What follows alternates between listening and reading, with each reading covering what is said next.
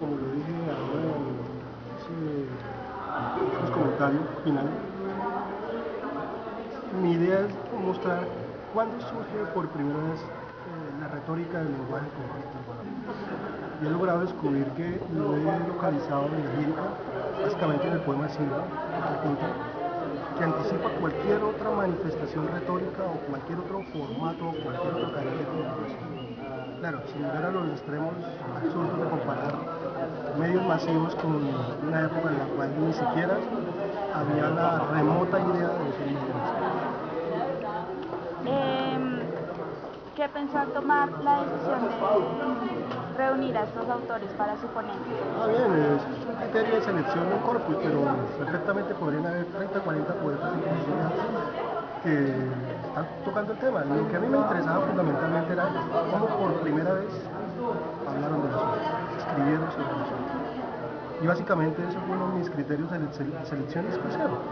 Claro, eso hace parte de un corpus mucho más grande.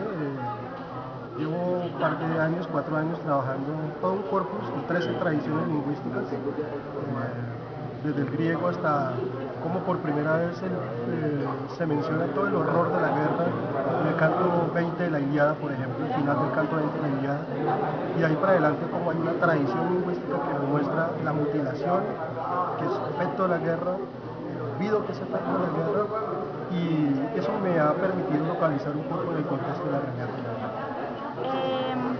Porque aceptó participar en la segunda semana de la comunicación, que lo incentivó para realizar la conferencia. Me une, y más que mi hermano Arloy, desde hace mucho tiempo. Yo trabajé en esta universidad entre 1995 y el 2002, y tuve que ir por algunas circunstancias. Entonces, siempre hemos compartido lo que leemos, siempre hemos leído lo mismo, siempre hemos compartido la poesía, porque la poesía es el antídoto contra toda la rutina académica. Por eso decidí, y por eso él me invitó y decidí invitarlo. Bueno, muchas gracias. Un poeta que admire. Un poeta que admiro, mi poeta de todos los tiempos es Charles Baudelaire, que por primera vez planteó algo que se llama la retórica de lo feo en lírica.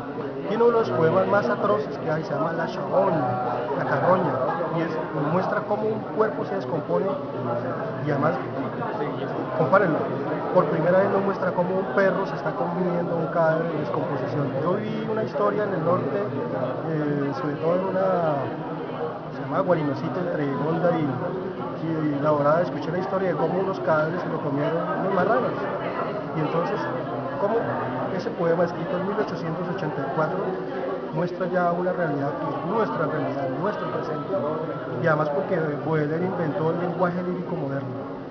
De él han bebido todas las fuentes, ha saqueado todos los versos, y es el poeta por excelencia en la modernidad. Muchas gracias. Podríamos llegar a decir que el poeta y la poesía tendrían memoria hacia el conflicto colombiano, como se ha venido tratando en esta semana de la comunicación. Yo diría que gran parte de lo que se ha trabajado esta semana es el lenguaje, y esta es una forma especial del lenguaje, una entre muchos otros lenguajes.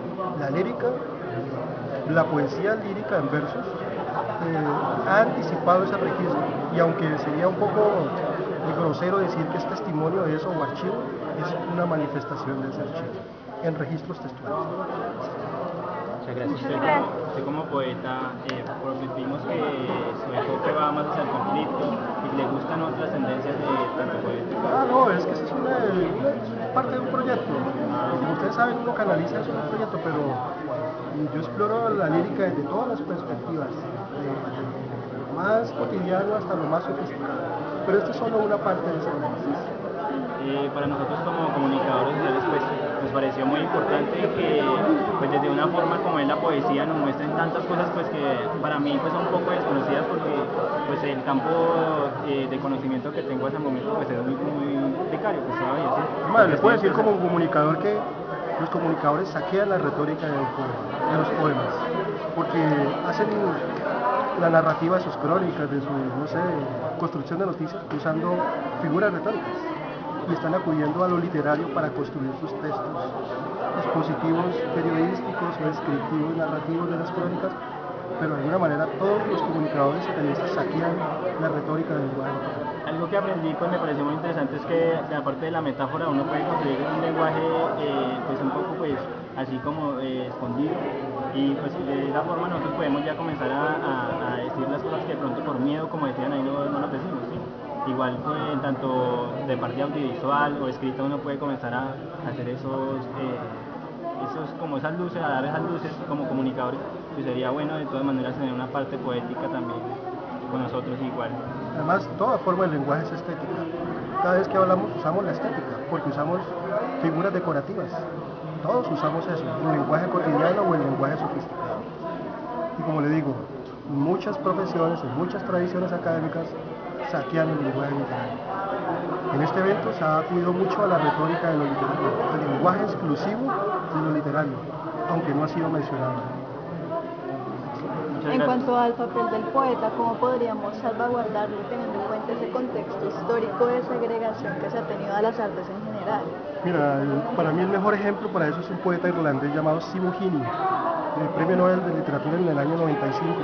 El tipo ha logrado fusionar en sus poemas y en sus ensayos toda la realidad del conflicto irlandés, toda la crisis que es nuestra misma crisis, y cómo él luego de años de exilio, de persecución, de acoso, cómo ha logrado construir estructuras líricas que nos dicen toda la atrocidad que ha habido en Dublín, en Belfast, toda la crítica a los armisticios entre protestantes y católicos en Irlanda, y lo ha hecho desde el lenguaje poético y desde el lenguaje ensayístico, que además tiene muchas correspondencias con el lenguaje literario. Bueno, Y ese es el valor de todo esto. y finalmente, ¿cómo también podríamos garantizar que el mensaje de ese poeta profético, como usted lo planteaba, porque igualmente las memorias que nos dejan podemos contextualizarlas a cualquier época de la historia, ¿cómo podríamos entonces garantizar que ese mensaje llegue teniendo en cuenta esos vacíos académicos que hay en la educación? Yo diría que la única manera, y no hay fórmula, no hay receta, no hay nada, es leer los poemas. No hay otra alternativa, y ojalá leerlos en voz alta. Es un reto, porque el primer obstáculo es la percepción y la atención, porque y eso no es algo que se debe esconder. No tenemos la percepción, los jóvenes de ahora, la generación digital, no tiene la capacidad perceptual de atención que le permita escuchar lenguajes orales, porque dependen de manera exclusiva y en muchas ocasiones únicamente del lenguaje visual. Muchas gracias.